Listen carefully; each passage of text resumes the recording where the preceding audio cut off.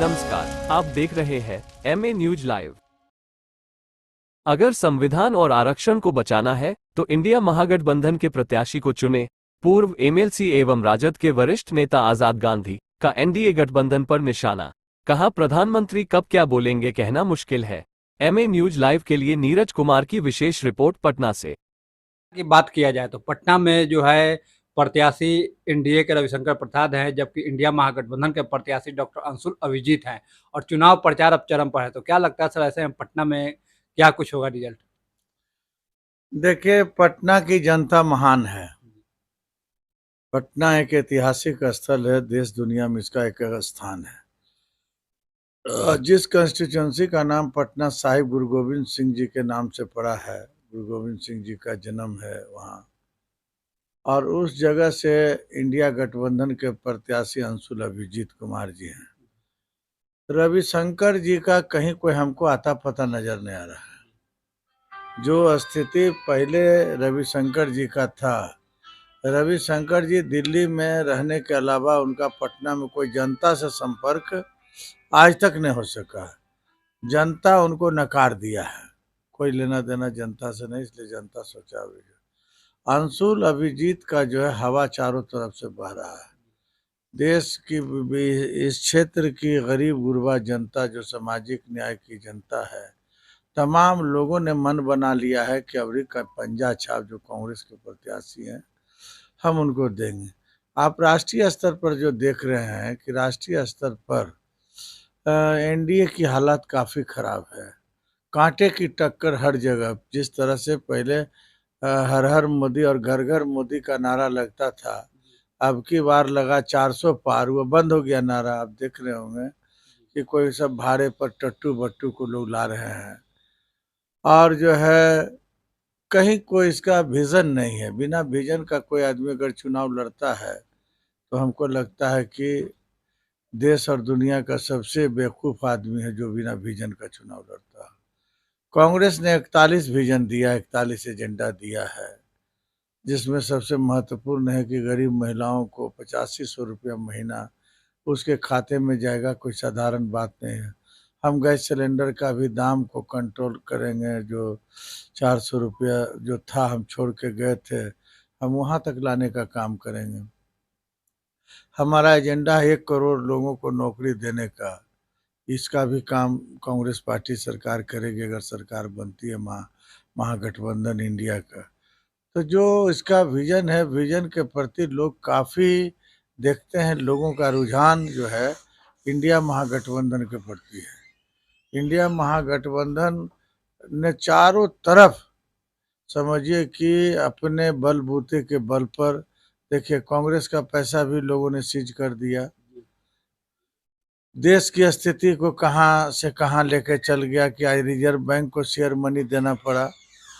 आप अखबार में भी पढ़े होंगे सब जगह कि आज पहला ऐतिहासिक घटना है कि बजट पेश होने के उपरांत पहला जब कैबिनेट बैठेगा तो बजट पेश होगा। बजट पेश होने में सरकार के पास पैसा नहीं, अंतिम में रिजर्व बैंक से उसको शेयर मनी लेना पड़ा।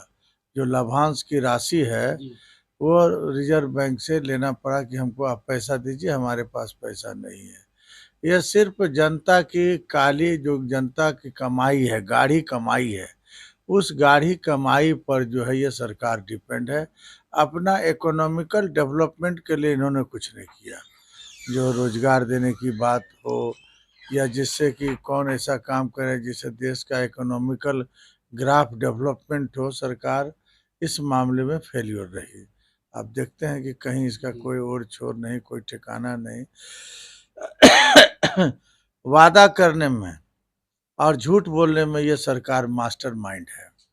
अगर कोई कला सीखे झूठ बोलने का, और तो भारतीय जनता पार्टी से सीखे, इंडिया के लोगों से सीखे। ये झूठ बोलने में महारथी हासिल किस देश से सीखा है हम नहीं कह सकते हैं।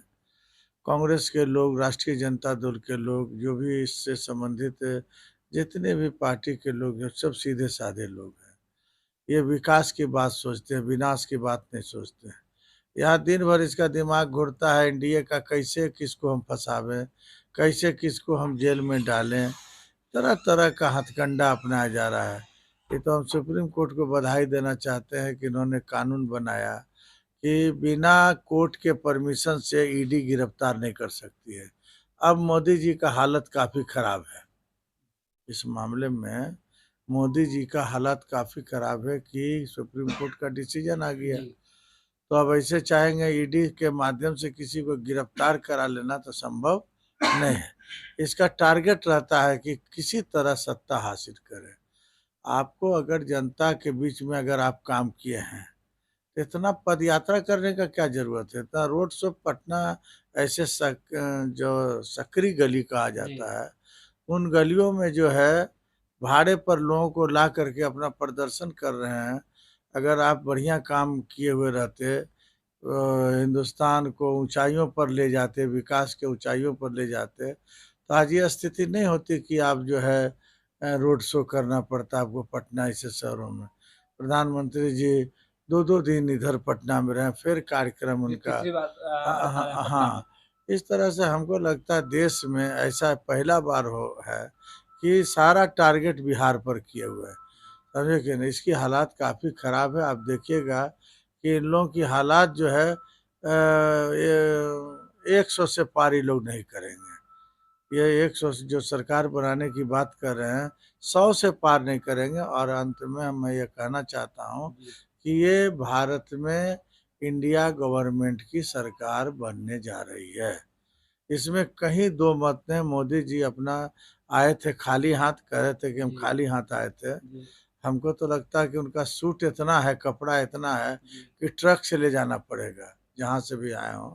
उनको जो डेरा मिलेगा पूर्व प्रधानमंत्री का, तो ट्रक से कपड़ा खाली जाएगा। और जाने का बात तो अलग है कि हम झोला लेके आए हैं और झोला लेके जाएंगे। ये पता चल जाएगा कैसा झोला इनका है, जिसमें 500 10,000 सेट कपड़ा रखने वाला झोला को हम लोग भी देखना चाहते हैं। आप देख लीजिएगा 4 जून का जो रात होगा, 4 जून का जो शाम होगा, जो सवेरे से शाम तक का इंडिया महागठबंधन के पक्ष में जब ग्राफ बढ़ते जाएगा, इंडिया गठबंधन 250 300 पार, 350 पार, तब मोदी जी को पता चलेगा, जेपी नड्डा जी को पता चलेगा और गृह मंत्री अमित शाह को पता चलेगा कि हमने क्या देश के लिए किया। लेकिन प्रधानमंत्री ने सर्कल कहा है कि जो है 4 जून को ईवीएम का रोना रोएंगे इंडिया महागठबंधन वाले। अब प्रधानमंत्री जी का तो आज क्या बोल रहे हैं, कल क्या बोलेंगे, जनता समझ चुकी है। प्रधानमंत्री के पास कोई मुद्दा नहीं है, नथिंग जिसको कहते हैं। जिसके पास मुद्दा रहे उन्हें बोले। तो हम जान रहे हैं कि कितनों ईवीएम का चोरी करेंगे। ये रिकॉर्ड तोड़ कर रहे हैं कि वोट का प्रतिशत को घरे बैठे बैठा रहे हैं। कितनों वोट का प्रतिशत बढ़ा देंगे। 1 करोड़ 2 लाख वोट कहाँ से आ गया? हम जब शाम में यह हमारा प्रिजाइडिंग अफसर दे रहा 83% 63% पोल हो रहा है, तो फिर 10 दिन के बाद वो पोल 68 में कैसे कन्वर्ट हो रहा?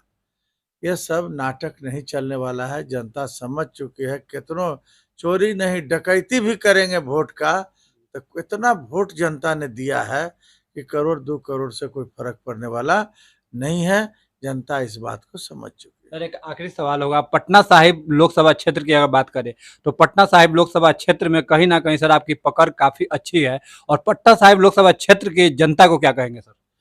हम देखिए पटना लोकसभा क्षेत्र की जनता को और पाटलिपुत्रा की जनता, दोनों जनता के बीच हम आह्वान करना चाहते हैं लोगों से कि चाहते हैं कि भारत ऊंचाइयों पर जाए।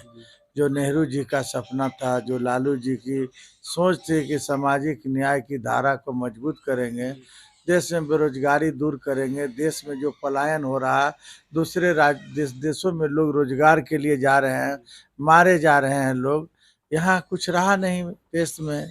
देख रहे हैं हत्याओं का दौर जारी है। यहाँ जो है लड़कियों को बलात्कार की 12-12 साल की लड़कियों को लोग बलात्कार कर रहा है। अभी हाल ही में घटना घटी है रक्सौल में, जो शर्मसार कर रहा है बिहार को। हम लोगों को जंगल राज की बात कहते थे, जंगल राज की बात तो ये है, जंगल राज इनका है जो 12 साल की लड़की को भी 4-4 लोग जो है रेप कर रहे हैं, और लड़की की हालत काफ़ी नाजुक बना हुआ है। इसलिए हम तमाम पटना साहिब और पाटलिपुत्रा क्षेत्र के मतदाताओं से विनती है कि अगर देश को बचाना चाहते हैं, देश के संविधान की अगर रक्षा करना चाहते हैं, लोकतंत्र को कायम करना चाहते हैं इस देश में, आप चाहते हैं कि पुनः इस देश में चुनाव हो बढ़िया से लोकतांत्रिक तरीके से, आरक्षण को बचाना चाहते हैं, जो बाबा भीमराव अंबेडकर का जो सपना था गरीबों को आगे बढ़ाना, ये सब बचाना चाहते हैं, तो इंडिया गठबंधन को वहाँ से पाटलिपुत्रा से योग्य उम्मीदवार डॉक्टर मीसा भारती जी और यहाँ के अंशु अभिजीत जी पटना साहिब के दोनों योग्य उम्मीदवार हैं, दोनों को भारी मतों से विजय बनावे। और खासकर के अति पिछड़ा मतदाताओं से मैं अपील करना चाहता हूं कि वह बहकावे में न आए। यही इंडिया गठबंधन एक ऐसी पार्टी है, ऐसा एक संगठन है, ऐसा लोगों का मिलन है आपस में, जो गरीबों के दिल की बात करता हो, जो उसके दिल में जो घटनाएं घटती है दिल से, वह सम्मान करता है गरीबों को। इसलिए अति पिछड़ा भाइयों, दलित भाइयों और महादलित भाइयों, आप एकदम आंख बंद कर करके आप इंडिया गठबंधन को वोट दें और अपना उससे अधिकार लेने का काम करें।